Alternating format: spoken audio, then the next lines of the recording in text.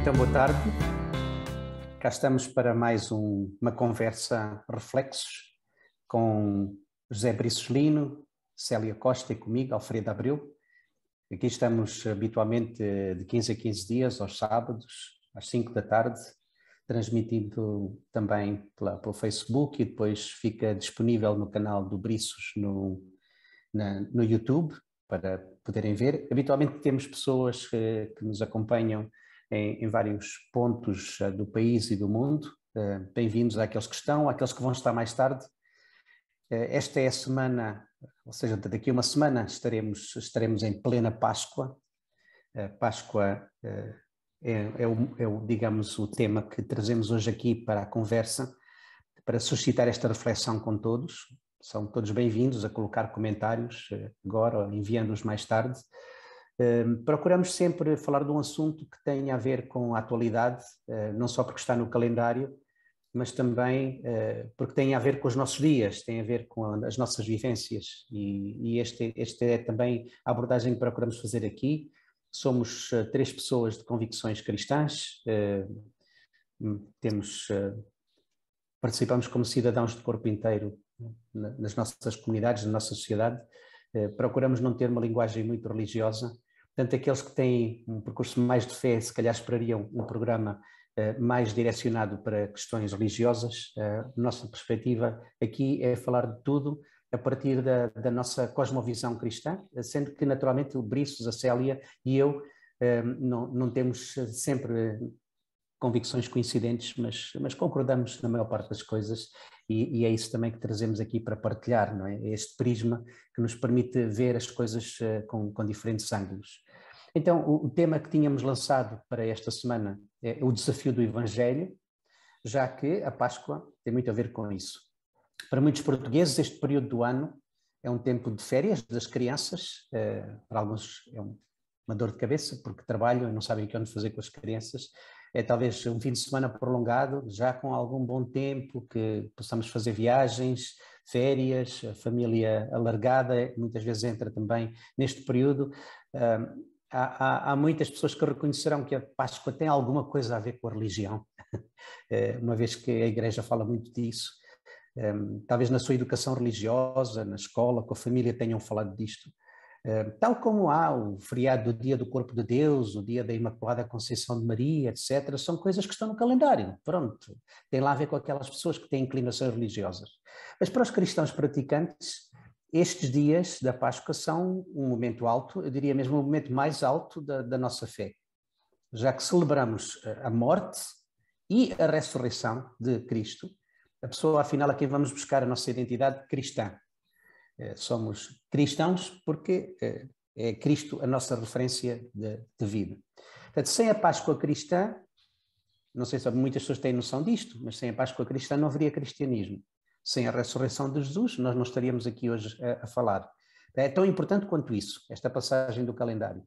E é por isso que estamos hoje a chamar aqui à conversa. Daqui a pouco, o que acontece muitas vezes E, entretanto, eu acho que aconteceu aqui alguma coisa ao meu computador, peço desculpa. Está tudo perfeito. Desapareceu-me aqui do ecrã as notas que eu tinha, vou ver se estão aqui nos rascunhos. Eu ia dizer que, em relação a estas datas que estão no calendário, o que vai acontecer com algumas das gerações mais novas é que, tal como já não se lembram muito bem porque é que celebramos o 25 de Abril ou 1 de Dezembro, não é? Que são datas que têm a ver com a história de Portugal, a pouco e pouco vai-se perdendo um bocadinho a noção e pronto, é um feriado, tem alguma coisa a ver com liberdade, não sei.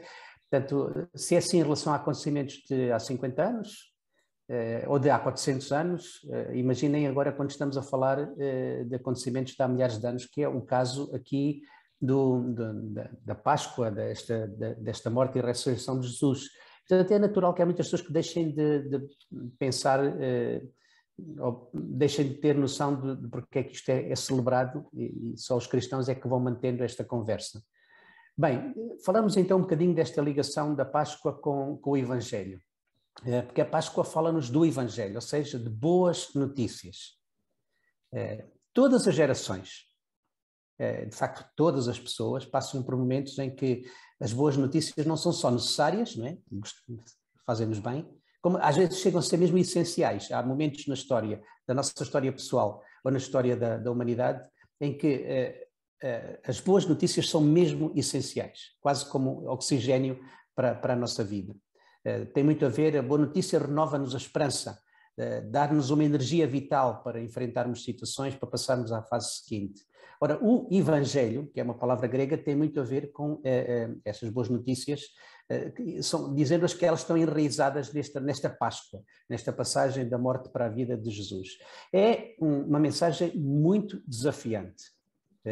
E é isso o tema de hoje, e estou quase a concluir esta introdução longa, para podermos então conversar sobre isso. Porque é que é desafiante, porque é que estas boas notícias cristãs são extremamente desafiantes, na minha opinião. E aqui está, porque colocam as pessoas perante uma mensagem que ou é ignorada, ou negada, ou tem que ser abraçada. O Evangelho não é uma coisa uma curiosidade, faz uma afirmação, e perante essa afirmação, ou a ignoramos e viramos-lhe as costas, que é o que se pode fazer, ou temos que fazer alguma coisa com ela, colocá-la em xeque ou abraçá-la. É um desafio muito grande. Cada cultura, cada geração tem que fazer essa decisão. Se ignorar, ignorou com as suas consequências. Se não, tem que negar ou tem que abraçar, porque não há muitas outras alternativas. E de facto é assim, se estas não forem as boas notícias, se o Evangelho não for as boas notícias que os cristãos dizem que são para toda a gente em todos os tempos e são centrais, então quais são as boas notícias da humanidade? Porque século após século, milénio após milénio, não temos visto boas notícias que perdurem. As notícias que são verdadeiramente boas e que se prolongam, que passam o teste do tempo, são as que definem o curso da humanidade e, portanto, essas temos que lhes prestar atenção. Como cristão, eu um dia decidi abraçar estas boas notícias, achei que elas eram de facto boas notícias e eu ia abraçá-las, e isso tem tido uma repercussão, pronto, mudou o curso do meu pensamento, da minha existência, da minha identidade, das minhas ambições, dos meus valores, dos meus relacionamentos, e tem sido assim, eu vejo na minha vida e na vida de muita gente. E, portanto, já são 42 anos de crescente convicção em relação a este assunto. Os primeiros cristãos, já agora, eram judeus que decidiram, vamos dizer esta palavra, endeusar um homem. Não é? Ou seja, olharam para Jesus, chamaram-lhe Senhor, que é uma forma de considerá-lo ao nível da divindade, algo que na cultura deles e na religião deles não só era uma heresia, como era um crime punível com morte. Eles decidiram abraçar esta pessoa de Jesus, ressuscitado, como o Senhor. Isso é uma coisa tão extraordinária. O raciocínio deles era este, e agora sinto mesmo a terminar, se Jesus é o Senhor, o Kyrios, então nada, nunca mais será o mesmo. Notem, este era o raciocínio que os levava depois a dar a vida por isto. Se Jesus é o Senhor, nada, nunca mais será o mesmo na nossa vida e na história. E por isso deram a vida, e deram a vida com naturalidade, quase com banalidade, porque essa era a verdade que passava a vigorar. Sempre que na história vemos comunidades cristãs ou cristãos individualmente a renovarem esta convicção e a perceberem a sua profundidade, vemos movimentos de transformação enormes na história. Isto tem acontecido ao longo dos tempos. Este é talvez um momento da história da humanidade em que talvez como nunca precisemos de boas notícias, dessas que são verdadeiras, que fazem a diferença e que perduram. E se calhar está na altura de chamarmos os cristãos e os não cristãos a reconsiderarem o desafio do Evangelho na nossa geração. Como é que vocês, Célia, Briços, como é que vocês interpretam e abraçam este desafio? Muito bem. Estava-me aqui a lembrar de uma frase do Gandhi, que diz que tinha uma grande paixão pela figura de Jesus, gostava imenso de Jesus, já em relação aos cristãos, tinha as suas reticências, porque ele tinha tido algumas experiências, enfim, e que não tinham sido muito agradáveis. Então, isto para dizer que a figura de Jesus realmente exerce uma atração muito poderosa em muitos quadrantes, até em pessoas que não são cristãs, não é? Tanto que quiseram fazer de Jesus o primeiro comunista, o revolucionário, quiseram fazer de Jesus tudo aquilo que dava jeito para as suas ideologias. Porquê? Porque reconheciam nele alguma coisa de excepcional. Na linha um pouco daquilo que o Alfredo estava a dizer, tal como acontece com o Natal, a Páscoa também, nós estamos numa sociedade profundamente consumista, não é? E somos bombardeados pela publicidade comercial. Então, para as crianças, a Páscoa é o ovo de chocolate e é o coelho, assim como no Natal é o Pai Natal, não é? E de tal forma isto aconteceu que a própria Igreja Católica sentiu-se na necessidade de, perante aqueles pais natais insufláveis que as pessoas começaram a pôr nas varandas e tal, assim como se estivessem a subir, criar um pendão com a figura do Menino Jesus, não é?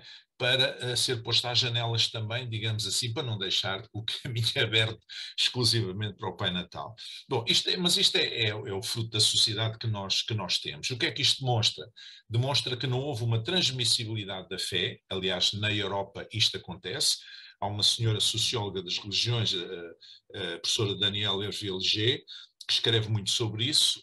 Houve uma quebra na transmissão, digamos, da fé geracional na Europa, pelo menos no Ocidente, e portanto, antigamente os filhos de uma família, um casal católico seriam católicos, os filhos de um casal protestante seriam protestantes. Aqui na Europa, hoje já não é líquido que assim seja, não é? Pronto. Mas para nos centrarmos propriamente na questão da Páscoa, a questão da Páscoa está muito virada para a cruz, não é? E nós vamos entrar na semana chamada Semana Santa, e depois no domingo será o domingo da ressurreição. E o apóstolo Paulo falava que a cruz de Cristo era um escândalo para os judeus e era uma loucura para os gregos. Portanto, era um escândalo para os judeus, porque os judeus não podiam imaginar que uma cruz, que era um instrumento de tortura e morte, e era um tipo de castigo para os piores criminosos na época, romano, não é? Não podiam compreender que o Messias, não é? O enviado de Deus, acabasse, entre aspas, acabasse ali numa cruz de maldição, de ignomínia. Portanto, era escandaloso para eles e eles tiveram muita dificuldade em aceitar essa ideia. E para os gregos era uma loucura, porque o ideal da filosofia grega era encontrar o homem perfeito, não é? E, portanto, ver um indivíduo ensanguentado, chicoteado, torturado, com uma coroa de espinhos na cabeça, a escorrer sangue, completamente maltratado, e sangue, pendurado numa cruz de maldição, também era uma coisa louca, era uma loucura, não é? E daí mas esta fragilidade aparente da cruz é a sua força. Porque o apóstolo Paulo também diz, para nós que somos salvos é o poder de Deus. Portanto, e a mensagem do Evangelho é a mensagem da cruz e da ressurreição, que são indissociáveis. De resto, a mensagem do Evangelho, como já foi dito, é as boas novas de salvação, é anunciar Jesus. Há uma centralidade no Evangelho, na pessoa de Jesus, não é? Que é aquele que é o Salvador do mundo, digamos. E a coisa foi de tal forma que Pedro e aqueles outros 11 que andavam mais de perto com Jesus, durante aqueles 3 anos e meio do seu ministério público, e viram muita coisa acontecer, muitos milagres, muitas coisas fantásticas, a multiplicação dos pães, sei lá, a cura de leprosos, a ressurreição de mortos, sei lá o que é que eles viram. Mas ainda assim eles tiveram muita dificuldade em compreender quem Jesus era. Tanto que estamos agora na altura de celebrar, entre aspas, a prisão de Jesus, em que Pedro o abandona. Pedro nega Jesus, não é? E como dizem os evangelhos. Portanto, eles por um lado tinham visto coisas fantásticas, mas por outro lado tinham alguma dificuldade em crer. Mas Pedro, que era assim uma personagem muito interessante, muito com o coração ao pé da boca, a certa altura Jesus estava a falar para as pessoas que o ouviam, e houve pessoas que viraram as costas e foram-se embora e disseram: duro é este discurso. E Jesus virou-se para os seus discípulos mais próximos, para o colégio apostólico, e disse: bom, vejam lá se vocês querem ir embora também. E Pedro disse: para onde iremos nós, se tu tens as palavras da vida eterna?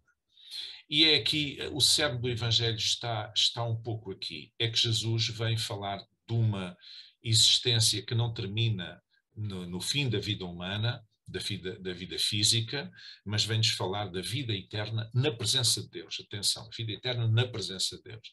Essa é a proposta final do Evangelho. E é por isso que tantas pessoas ao longo destes 2000 anos morreram, como foram mártires, lutaram até ao fim, não renegaram o nome de Jesus, por causa dessa convicção, dessa fé. É claro que a fé é um mistério, há um salto de fé que é preciso dar, senão não seria fé. Aliás, eu costumo dizer, quando há debates sobre fé e razão, eu costumo dizer se para crer em Deus nós pudéssemos provar a existência de Deus através da ciência, nós não precisamos da fé para nada, para provar que Deus existe. Mas ainda assim, depois, mesmo que o conseguíssemos provar, a questão do Evangelho, a proposta do Evangelho é uma relação com Deus. Não é uma crença que ele existe. Há muita gente que diz que acha que Deus existe e tal, ou há uma coisa que nos manda, aquilo que o Thomas Alick, um teólogo checo, diz que é o algoísmo. É algo, um poder qualquer, um algoísmo. Não, ainda assim o Evangelho é uma proposta de uma relação, de uma vivência com uma pessoa. Centra-se em Jesus, na pessoa de Jesus, nessa figura, e é uma proposta de uma caminhada. E é aí que muitas vezes as coisas falham nas pessoas que têm uma tradição cristã. Elas não se habituaram a caminhar com Cristo, a fazer esse percurso, a fazer essa estrada de Imaús, não é? E é aí que as coisas muitas vezes falham. E ficar por aqui, por agora. Bom, eu hoje, boa tarde em primeiro lugar, eu hoje trago umas quantas interrogações. Subscrevo aquilo que vocês disseram. Esse é o meu percurso, é a minha descoberta, mas quando penso na expressão o desafio do Evangelho, a primeira coisa que me ocorre é que é um desafio incómodo, e é cada vez mais incómodo, porque quando é levado a sério, entra em confronto direto com quase tudo o que é o mundo em que vivemos e a forma como vivemos. Embora haja muita coisa na nossa vida, no nosso cotidiano, que devemos ao Evangelho, ou melhor, que devemos ao pensamento cristão, muitas das coisas que nós hoje temos como garantidas, nomeadamente ao nível dos direitos humanos, das liberdades, etc., de facto foram beber à Bíblia e ao pensamento cristão. A verdade é que a tal dimensão da relação, de que o Brice acabou de falar, vai contra quase tudo aquilo que vemos acontecer à nossa volta hoje. E, portanto, a primeira questão que eu atiro para o ar é isso mesmo. O Evangelho é incómodo. Incómodo porque não encaixa. Não encaixa de maneira nenhuma. Depois fiquei a pensar que, apesar do Evangelho ser o mesmo em toda a parte, a mensagem, as boas novas são iguais para o mundo inteiro, as questões que se colocam aos cristãos no mundo inteiro variam muito. Portanto, aqui no Ocidente, eu percebo-me quando falo com as pessoas no dia-a-dia, a maior parte das pessoas não faz a mais pequena ideia de como é duro ser cristão em algumas partes do mundo, não é? O que representa em termos de risco de vida, de dia-a-dia, as pessoas ficam muito espantadas, porque quando ouvem falar em alguns grupos minoritários ou nas notícias que alguns grupos foram perseguidos ou foram maltratados ou torturados, etc., por causa da sua fé, essas notícias nunca se referem, ou raramente se referem aos cristãos. Portanto, aquilo que é ser cristão numa boa parte do mundo, hoje está assim numa caixinha bem guardada, onde quase não se mexe. E aí o desafio é completamente diferente de outras partes do nosso mundo, de uma religião mais institucional, em que ser cristão é uma coisa mais ou menos confortável, não é? Em que se faz parte, isso acontece muito em algumas partes do mundo, não é? Em que se faz parte de grandes comunidades muito confortáveis e que, pronto, é assim mais ou menos como fazer parte de um clube com muitos privilégios, e aí o desafio já é de outra natureza, não é? O desafio é onde é que anda o cristianismo no meio daquilo tudo. Depois temos outra realidade, claro que temos muitas realidades, mas estas são as que me ocorrem, que é a realidade da aceitação do cristianismo como é uma questão de opinião, toda a gente tem direito a ter a sua forma de pensar, deve ser respeitada. Eu penso assim, tu pensas de outra maneira, desde que não andemos ao estalo uns aos outros, e os estalos têm estado na ordem do dia nas últimas 2 semanas, está tudo bem. E aí o desafio já é de outra natureza, não é? É o de ser vida, é o de ser mais do que um conjunto de convicções ou da tal crença que norteia a nossa vida. Portanto, o desafio do Evangelho varia muito consoante o ponto do mundo onde estamos e o ponto da caminhada pessoal e da comunidade que fazemos parte onde estamos. Uma outra questão, fui pensando nisto ao longo do dia, é como é que quem não é cristão vê o Evangelho? Ver se eu consigo explicar melhor do que isto. As pessoas com quem... Nós aqui, neste caso, estamos aqui os 3, somos os 3 cristãos, o que significa que temos a eternidade toda para conversar, ou acreditamos convictamente que temos a eternidade toda para conversar, mas conhecemos e lidamos com muitas pessoas que são pessoas que pensam e que têm as suas ideias, etc., mas que não são cristãos, não têm essas competências. Como é que as pessoas veem o Evangelho? Porque esse será talvez o maior desafio de todos, é como é que a nossa boa nova está a chegar às pessoas que estão à nossa volta. O que é que elas veem? Veem boas pessoas? Veem gente capaz de pensar além do pão de cada dia? O que é que elas veem? Quem é que elas veem quando veem um cristão? E como é que isso é ou não reflexo de quem Deus é e do que é que Jesus veio fazer aqui à Terra? A Páscoa está quase a chegar, é o meu dia preferido no ano. Eu pareço uma criança no domingo de Páscoa. Tenho apenas um capricho. Gosto muito que no domingo de Páscoa esteja sol. Não é nenhuma superstição, mas por alguma razão, um domingo de Páscoa com sol torna tudo mais significativo. O sol traz sempre aquela sensação de vida, de esperança, de algo que abriu, não é? Que dá luz, que ilumina, que ajuda a ver melhor. E, portanto, eu estou desejando que chegue o outro domingo, salvo dia 17. Tenho uma consciência muito grande do que é que a ressurreição de Cristo representa naquilo em que eu acredito.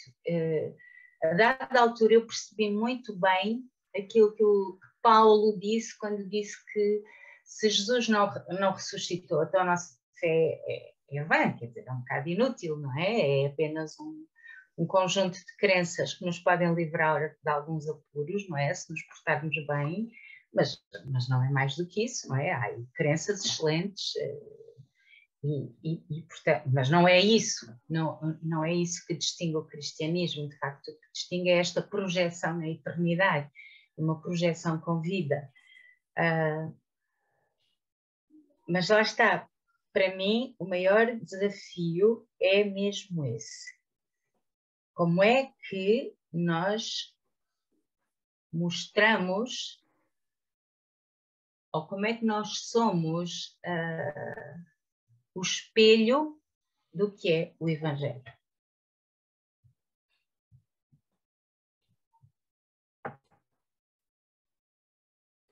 É uma pergunta muito interessante, porque há muita gente que fez do Evangelho, pronto, apenas um conjunto de crenças, até mesmo de valores, que abraçou, e não aquilo que o Evangelho procura, no meu entender, da leitura das Escrituras, fazer, que é uma novidade de vida, viver em novidade de vida. Então, o que eu tenho verificado é que, ao longo de 42 anos de caminho cristão, muitos dos meus companheiros de caminhada de fé foram tendo uma visão cada vez mais afunilada. Ou seja, o Evangelho significou cada vez menos. Agarraram-se a um núcleo de pequenas coisas que está, algures, na sua vida e é genuíno, é verdadeiro, continua a determinar uma boa parte do que fazem, mas dá a impressão que há cada vez menos coisas, as regras têm que ficar mais claras, as coisas mais simples. A minha ideia do Evangelho é andando com este Jesus, que é o Criador e sustentador de toda a realidade visível e invisível. Quanto mais andar com ele, mais se expande a minha visão, o meu entendimento, a dimensão do mundo que eu consigo ver dentro de mim próprio e à minha volta. E, portanto, aqui está, a partir do mesmo conjunto de ideias, de informações de Jesus, alguns que afunilam cada vez mais a sua existência para pequeninas coisas e vivem de pequenas regras e de um património muito reduzido, e outros que o vêm expandindo cada vez mais, percebendo coisas maiores e melhores. E eu acho que o Evangelho, um dos grandes desafios do Evangelho na nossa geração é retirá-lo da prisão em que as nossas práticas religiosas o colocam. Porque o Evangelho aponta mesmo para uma mudança radical, não só da nossa cosmovisão, mas depois, por consequência disso, também do nosso estilo de vida, do nosso entendimento de tudo o que nos chega. É um desafio, por exemplo, estar a acompanhar esta guerra na Ucrânia e as suas múltiplas consequências, não só para os refugiados ucranianos, para a economia que nos afeta a todos, para as implicações que isto pode trazer para a ordem mundial, mas também o que é que isto nos diz sobre o ser humano, quando lemos estas histórias de crueldade, depois de tanta educação, de tanta civilização, né, de tantos pensadores, de tanta história acumulada, o que é que ainda estamos na mesma repetição de atos tão hediondos, tão básicos, tão inumanos, e fazendo-os com tanta naturalidade como se fazia há milhares de anos, quando as pessoas não tinham esse património todo a que referir-se. E, portanto, isto é um desafio, este entendimento, esta renovação de entendimento que não para, que continua, que se aprofunda, que se expande, como disse há pouco. É um desafio deixar o Evangelho à solta, né? Por isso é que quando eu sugeri este tema, ligado com a Páscoa, era de que nós vemos o Evangelho aprisionado e talvez um dos desafios é deixá-lo à solta na nossa própria entendimento, porque ele existe para além de nós, mas é depois quando o adotamos e quando o vivemos que ele toma forma à nossa volta. Eu volto ao Gandhi. Como é que as pessoas veem o Evangelho? Veem o Evangelho na mesma medida em que veem aqueles que se dizem cristãos. É aí que as pessoas que não conhecem a fé cristã veem o que é o Evangelho. É na vivência, na forma de estar daqueles que se dizem cristãos. O apóstolo Paulo dizia: nós somos cartas vivas. não é? Naquela altura, na segunda metade do primeiro século, quando foram escritas as cartas apostólicas, havia aquele hábito de, no início, eles identificavam-se. Eu, Paulo, apóstolo de Jesus Cristo, vontade de Deus e tal, portanto, depois diziam a quem é que se dirigia, não é? Ainda me lembro de escrever cartas, quando era miúdo, à minha avó, que não sabia escrever, lá para a família do Alentejo, e o modelo era sempre o mesmo. Mas aí, quando as pessoas escreviam as cartas, identificavam-se logo, de início, identificavam-se. E, portanto, se a maneira dos outros verem o Evangelho é verem como nós agimos, como nós vivemos. Se, por acaso, nós aprisionarmos o Evangelho, como o Alfredo estava a sugerir de certa forma, e aprisionamos o Evangelho como? Aprisionamos o Evangelho em sistemas religiosos, até em sistemas de crenças. Porque é bom lembrar que Jesus não instituiu igreja nenhuma. Jesus instituiu a igreja dele, não instituiu a igreja batista, a igreja católica, a igreja ortodoxa, a igreja adventista, Não, ele instituiu a sua igreja. E tudo o resto são construções humanas, não é? Tudo o que nós temos hoje são construções humanas. Não digo que não sejam espirituais ou que não tenham uma dinâmica espiritual, mas são construções com uma grande carga e uma grande marca humana. E é por isso que as pessoas olham para as organizações, e há tanta gente hoje que quer conhecer Deus, tem sede de Deus, não é? Tem sede da transcendência, tem necessidade disso, mas olha para as instituições religiosas e assusta-se por causa dos maus exemplos que vê. Ora, isso é o que as pessoas veem, estas castas vivas. Por outro lado, há pouco a Célia estava a dizer que para algumas pessoas o Evangelho não encaixa. E eu retive esta expressão e acho muito interessante, porque hoje, na sociedade pós-moderna, nós esperamos que as coisas encaixem no nosso modelo mental, no nosso concepção das coisas, na nossa forma conceptual, nos nossos conceitos. E quando não encaixam, nós pomos rótulos, ou pomos à borda do prato. Ora, o Evangelho não tem que encaixar em nós. Nós é que temos que encaixar em Jesus. Não é? Em Jesus. O apóstolo Paulo dizia, já não vivo mais eu, mas Cristo vive em mim. Portanto, há aqui uma renúncia. Aliás, ele escreveu sobre isso, não é? Há aqui alguma renúncia. Portanto, o Evangelho implica uma renúncia do meu eu, renúncia do meu impulso egoísta, tantas vezes, do meu impulso. E é muito curioso, porque a teologia do apóstolo Paulo fala de uma coisa que é a luta espiritual interior, entre a carne e o espírito, ou seja, entre o Espírito de Deus, o andar pelo Espírito, o andar no Espírito, e o andar na carne, ou seja, satisfazer as nossas paixões, os nossos impulsos, etc. E eu arrisco-me a dizer que esta realidade da luta interior, porque face ao Evangelho, nós somos confrontados. Como o Evangelho não encaixa, nós precisamos de uma luta interna, interior, dentro de nós. E eu arrisco-me a dizer que isto não se passa só no cristianismo. Né? Para aqueles que não sabem, no Islão, a jihad inicialmente era uma luta espiritual interna também. Uma coisa do mesmo género, uma coisa parecida. Não é? Depois, mais tarde, é que alguém, no século XI ou o que foi, se lembrou de transformar essa jihad, que era uma luta interna, numa luta física contra os chamados infiéis.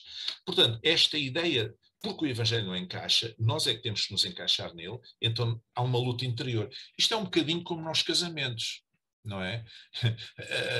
Quando nós encontramos um parceiro, essa coisa da alma gêmea não existe. O que existe é uma pessoa diferente, por quem nós temos sentimentos e correspondidos, naturalmente, mas depois, quando vamos viver em conjunto, a intimidade, nós precisamos nos adaptar um ao outro. Nós precisamos fazer certas cedências, ele também fazia algumas cedências. Ora, vivermos com Cristo também precisa de uma certa adaptação. Isso implica uma luta interior, porque quem está mal não é ele, somos nós. E, portanto, nós é que nos temos que adaptar à sua vontade, ao andar pelo espírito e tudo isso. E acho que este é o grande preço ou o custo que nem toda a gente está disposta a pagar. Agora, quando as pessoas falam no Evangelho numa perspectiva de conquista, numa perspectiva de impor uma civilização, como foi no passado, ou de impor uma cultura, como foi no passado tantas vezes, isso aí já não é Evangelho, isso aí já é outra coisa qualquer, já é política, o que quiserem, mas já não é Evangelho. E, portanto, está na hora de os cristãos voltarem ao Evangelho, penso eu. Eu acho... gostei muito que o Brice tivesse frisado essa questão do senhorio de Cristo, porque a verdade é esta. Toda a vida, e aliás qualquer um de nós, toda a vida convivemos com pessoas que, sem serem cristãs e muitas vezes sem terem sequer qualquer tipo de fé ou pensamento espiritual, ou seja o que for, mas que são excelentes pessoas e que fazem coisas fantásticas e muitas vezes constituem um exemplo para nós. Lá está, é mais um desafio do Evangelho, fazer chegar às pessoas, fazer as pessoas perceberem que ser cristão não é... É importante a forma como vivemos, é óbvio, isso não está em causa. Mas não é ser bonzinho, não é ser boa pessoa e fazer coisas muito boas e até, se for preciso, dar a vida por alguém. Porque o que não falta neste mundo são pessoas que fazem o mesmo. Por razões éticas, porque acreditam em determinados valores, etc, etc. Portanto, há uma dimensão no Evangelho que vai muito para além daquilo que nós fazemos, muito para além daquilo que nós executamos. E é exatamente o não sermos nós quem vivemos, mas ser Cristo que vive em nós. E esse é que é o grande desafio do caminho. E lá está, e é incómodo, isso é incómodo. Quer dizer, hoje em dia, com a quantidade de mensagens que é passada sobre o homem ser o dono de si próprio, o homem ser o centro do seu universo, aparecerem pessoas a dizerem não é assim, não é assim. O homem não é o centro de si mesmo. E isto é loucura, lá está. É loucura, é um pensamento louco aos olhos da maior parte das pessoas. Era mais fácil para muita gente entender se nós fôssemos um grupo de pessoas com determinadas práticas muito certinhas, muito bonitas e inspiradoras. Mas há aqui um momento em que nós somos confrontados com quem nós somos, na nossa essência, e o que vemos não é nada bonito. Não é? O que vemos não é bonito, não é simpático e não é uma mensagem popular, sejamos honestos. Não é? Olharmos para nós e vermos o tamanho, aquela palavra que já ninguém diz, que se chama pecado, que é assim até temos algum receio de eu utilizar, porque bom, quer dizer, já não se fala nisso, não é? Falamos em algumas coisas que podemos melhorar em nós, com um bocado de jeitinho. Agora, o olharmos para nós próprios e confrontarmos com a nossa natureza é uma coisa muito, muito dura, ninguém nos quer ouvir, lá está. Agora, eu estava aqui, tinha anotado aqui também, há boas notícias, há as boas novas do Evangelho, mas também há boas novas em relação àquilo que os cristãos podem fazer no seu dia-a-dia. E eu acredito mesmo que no nosso cotidiano a grande diferença ou aquilo que pode fazer com que as pessoas olhem duas vezes para o Evangelho, não sei se me vou explicar bem, é a forma como nós cultivamos os nossos relacionamentos. Eu acho que, de facto, é o maior drama do mundo em que estamos a viver. Não apenas a questão da solidão, que já temos falado nisso noutros encontros aqui, que é dramática, é muito dramática, mas também no tipo de relacionamentos que estabelecemos com as pessoas, naquilo que esperamos delas, mas também naquilo que estamos disponíveis para dar, para entregar, naquilo que estamos disponíveis para nos expor genuinamente. Isto faz muita falta fora da igreja, mas também faz muita falta dentro da igreja. O estabelecer laços de confiança, de honestidade, de disposição mútua, é um desafio, mas é um desafio com esperança, como a florzinha que está ali nos carris do comboio. É um desafio com esperança, porque as pessoas procuram isso e precisam disso e estão à espera disso. Então, que tipo de relacionamento é que vamos estabelecer, nós cristãos, com quem está à nossa volta? Cristãos e não cristãos. Eu volto a dizer, se não tivermos cuidado, as nossas comunidades cristãs passarão a ter muita gente a sofrer da mesma solidão que sofrem os outros, porque muitas vezes não encaixam naquele padrão do bom cristão que se foi criando, e fora das comunidades, na realidade em geral, cada vez há mais pessoas desejosas de um abraço. De um abraço, obviamente, muito mais do que físico.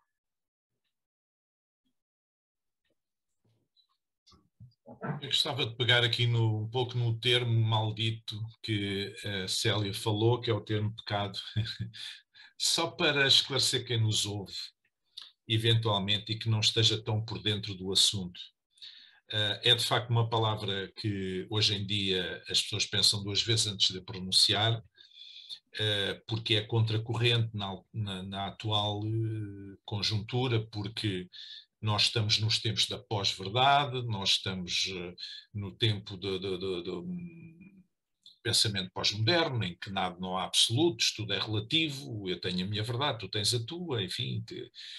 Bom, portanto, mas muitas vezes, ou a maior parte das vezes que o termo pecado é usado, é usado fora do seu contexto, do seu significado, da sua semântica. Pecado quer dizer errar o alvo.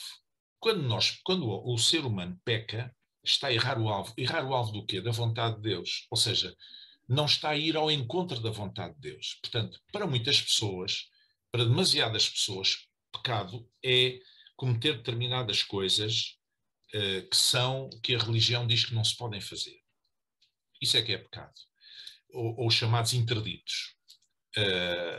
O pecado não é isso, é outra coisa. O pecado é cada vez que podemos não cometer nenhum desses interditos, mas não ir ao encontro da vontade de Deus. E, portanto, se não formos ao encontro da vontade de Deus, continuamos a pecar. Além disso, a Bíblia fala também num outro tipo de pecado, que se fala muito pouco nas igrejas, que é o pecado por omissão. Quem sabe fazer o bem e não o faz, peca. É o que está lá escrito. Portanto, falhar não é só fazer coisas que não se deve, é não fazer o bem que se deve fazer.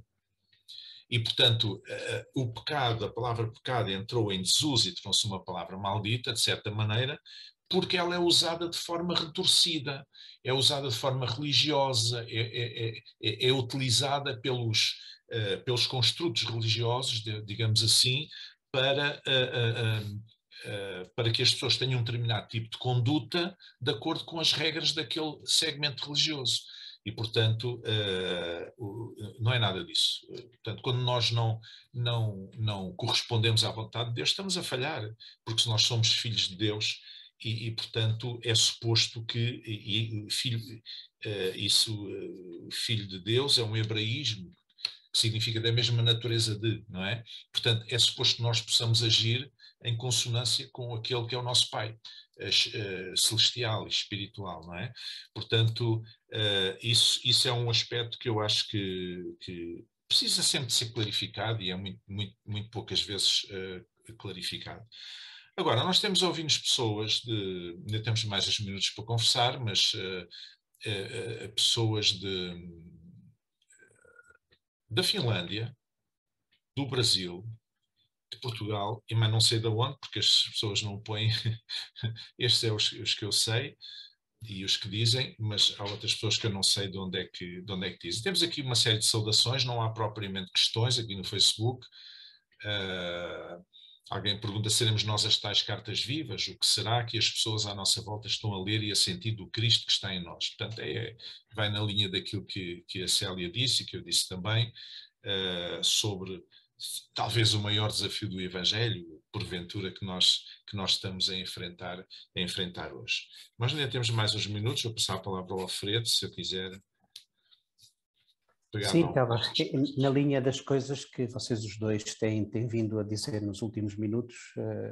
Penso que o que me ocorre, quer em relação à questão do pecado, numa perspectiva mais ampla, quer em relação a sermos ou não sermos uma expressão do Evangelho na nossa geração, nas nossas comunidades.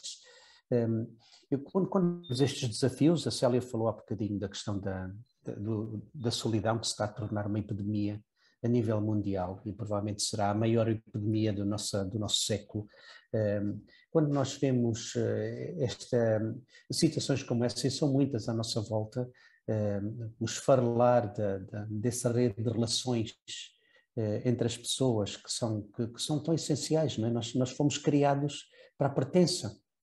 É tão óbvio que sempre que temos este sentimento de pertença nós florescemos, e pelo contrário, cada vez que nos sentimos excluídos, invisíveis, desvalorizados, que nós definhamos. Portanto, é óbvio, olhando para um bebê que acabou de nascer ou para um idoso que está no último ciclo da sua vida, que a pertença tem essa capacidade de nos levar mais longe, e o contrário tem a capacidade de nos destruir. E nós vemos estas coisas. Eu vejo isto como desafios ao Evangelho, ou como o Evangelho sendo um desafio a essas situações. Porque de que é que nos serve termos um conjunto de crenças e de práticas que muitas vezes são aquilo que o Marx dizia, e vou buscar esta frase que não é muito simpática nos meios cristãos, não é? Que a religião é o ópio do povo. O ópio é um remédio barato, não é? É um narcótico, serve para adormecer, para não sentir a dor, mas não resolve o problema. Né? E muitas não vezes... te esqueças do que vais dizer, Alfredo, e mais pode ser também o ópio dos cristãos. Mas é isso que eu estou a trazer aqui em relação ao desafio do Evangelho. De que é que nos serve a nós termos este conjunto de crenças e de práticas se na verdade não está a haver esta transformação, não está a haver esta capacidade de lidar com estas situações dentro de nós e à nossa volta, nas nossas próprias comunidades. Não é? O que muitas comunidades cristãs podem ser acusadas justamente de se terem tornado enclaves, lugares seguros, mas as pessoas que lá estão a sofrer exatamente do mesmo dos outros, ou seja, o Evangelho não chega a desafiar a sua agenda, não chega a levá-las a lidar com essas situações, e são muitas à nossa volta e no nosso mundo, e eu penso que é aqui que está também um desafio, o Evangelho desafiando a nossa sociedade. Só pegando nesta, se o nosso problema, por exemplo, podemos falar de solidão, mas eu vou falar de outro que já de vez em quando temos trazido aqui. Um dos problemas que praticamente toda a gente se queixa é do cansaço. Né? E há o cansaço físico, há esta intensidade dos dias, esta catadupa interminável de informação que nos chega, que temos que processar, mas há também um cansaço existencial. Não é só o cansaço físico que existe aqui, é o cansaço de... Não há novidade de vida, o que existe é uma vida que está a definhar, que está a perder capacidade, está a perder sinais vitais. E o que diríamos é que o Evangelho então desafia estas situações.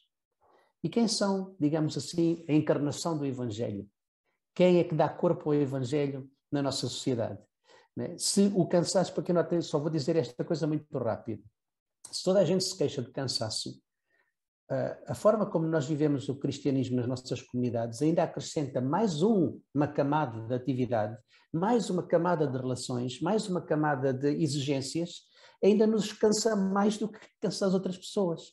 Não deveriam ser as nossas comunidades uma expressão, num tempo de cansaço, uma expressão de comunidades de renovação? Não é? Claro que para isso acontecer, o Evangelho desafia-nos à metanoia, à mudança, ao arrependimento, a fazer opções, a não fazer igual a toda a gente, a decidir a nossa própria agenda, a termos uma agenda condizente com as nossas convicções e não sermos apenas iguais aos outros, mas com um discurso diferente. Portanto, isto é o desafio que eu penso que também o Evangelho nos traz nesta Páscoa, é o que é que precisa de mudar mais em nós para nós podermos viver o Evangelho mais profundamente.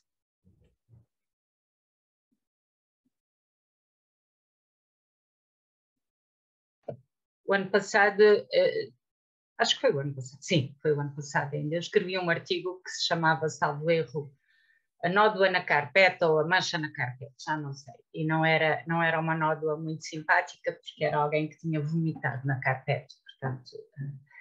Mas o artigo começava com uma frase de Francis Schaeffer que me marcou muito no final da minha adolescência. Eu li um artigo dele que começava com a frase quando foi, era um artigo dirigido aos cristãos, quando é que foi a última vez que tiveste a oportunidade de um bêbado vomitar na tua carpete? É uma frase feia, não é uma frase propriamente simpática, mas aquilo teve um impacto brutal em mim, exatamente pela crueza da imagem, pelo realismo da imagem.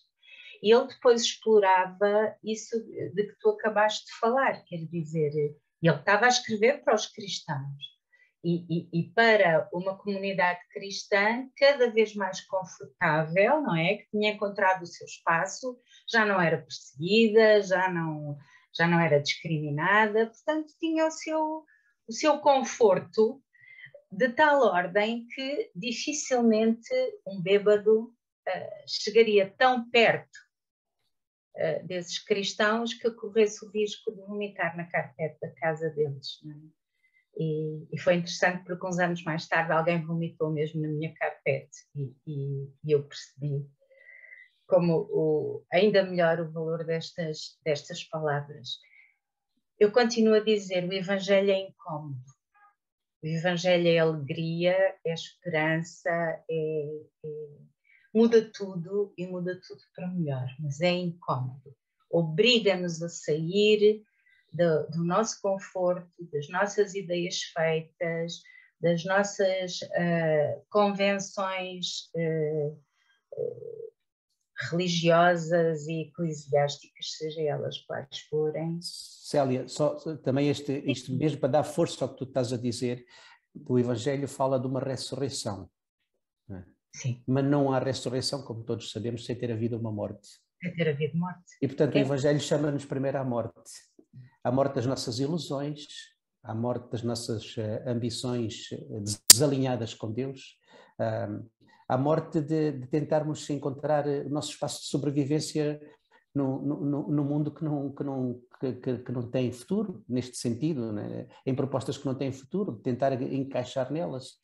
E, portanto, essa morte é a parte mais difícil. A ressurreição todos queremos, mas não vai haver ressurreição sem haver morte.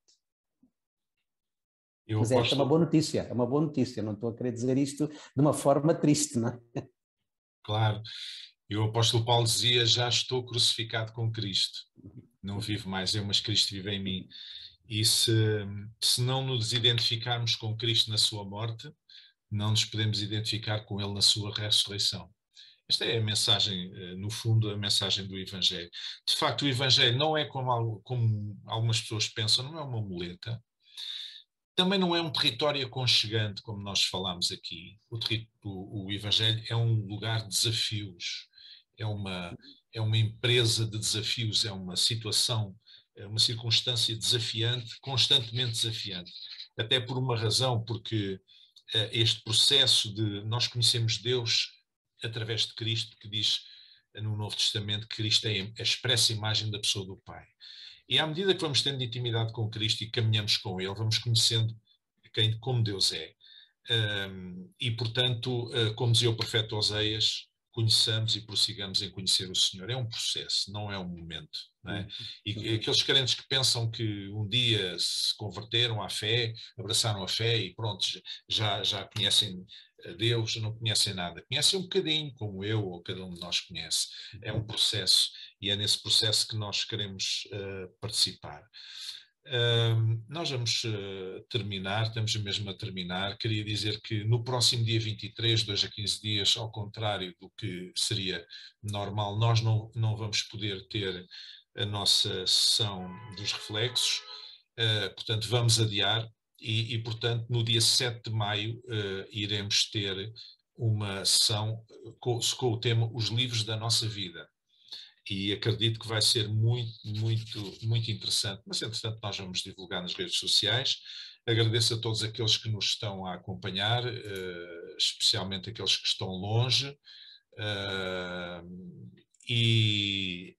E resta-me desejar a todos, e certamente faço também, em nome do Alfredo e da Célia, desejar uma excelente Páscoa para os próximos dias e vermos-nos depois, se Deus quiser. Boa tarde a todos e uma boa Páscoa. Deus. Páscoa feliz. Adeus. Tchau.